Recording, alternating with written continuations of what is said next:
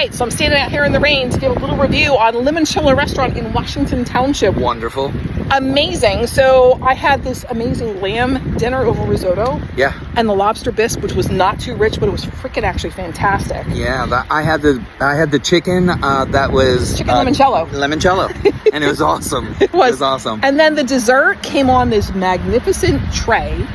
Lots of things to taste. Yeah. I was definitely It was a sold. flight of desserts, It was, and completely worth it. And so we'll have some pictures of the dinner and the dessert, but Nancy Kowalik and George Weatherstone here with your Home Sold Guaranteed Realty, the Nancy Kowalik Group, and this is a place. Eric is the owner. Check it out, guys. Eric, You're thank missing you. something good. It was amazing. And Arson, thank you for a fantastic dinner. Thank you for great suggestion. Absolutely. Our partner over in Pennsylvania. If you have anything you want to do over there, and listen, go make it a great day.